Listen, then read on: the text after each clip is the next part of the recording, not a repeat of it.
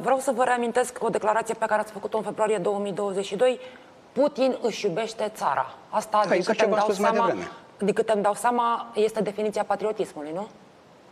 Încă o dată v-am spus mai devreme. Răspunsul meu a fost foarte clar. Doriți să-l repet? Îl repet încă o dată. Nu, v-am întrebat dacă în opinia noastră Putin și eu la fel v-am răspuns mai devreme. Rămâneți la această declarație că își iubește țara, Putin? Deci în viziunea lui față de poporul lui și față de ce se întâmplă acolo, asta este tema. Poftiți? Îl admirați? Este o altă întrebare.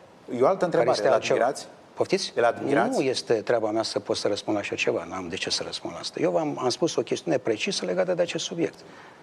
Nu am de ce să spun altceva, ceea ce nu... Spuneți-le susținătorilor dumneavoastră, ce simțiți în legătură cu Putin? Admirație? Bă, că insistați foarte mult în treaba asta. De ce nu insistați pe problemele poporului român? De ce nu insistați pe problema sărăciei, pe problema oamenilor cu dizabilități, pe problema oamenilor care își vând un rinichi? Sunteți invitații noștri. Nu. Sunteți invitații noștri? Nu.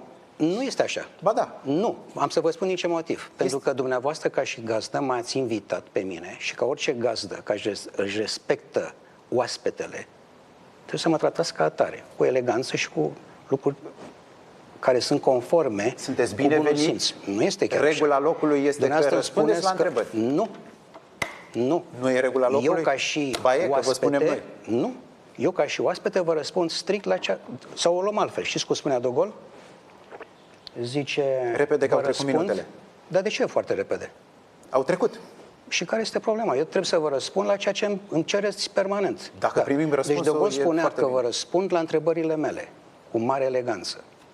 Asta este ideea. Deci, prin urmare, eu v-am răspuns. Asta este tot ce vă pot să vă spun. Pentru susținătorii dumneavoastră. Nici dumneavoastră nu mi-ați răspuns atunci când v-am întrebat precis ce se întâmplă luni la ora 20, iar noi doi, cel puțin cu prinsiunea doamnei Păcuraru, nu suntem acolo prezenți, din motive pe care jurnaliști... asta este. Da.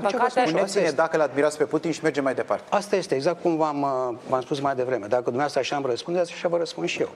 Dacă așa considerați că pentru publicul Digi și pentru cei care vă adresați... Dacă dumneavoastră pentru că sunteți la Digi 24. Bun, și dacă care credeți că asta... Noi nu puteți spune lucrul acesta pe parcursul întregii emisiuni. Este decizia dumneavoastră dacă acesta este mesajul pe care vreți să-l transmiteți, dar eu zic că consumăm totuși timp și ar trebui să trecem la întrebarea următoare.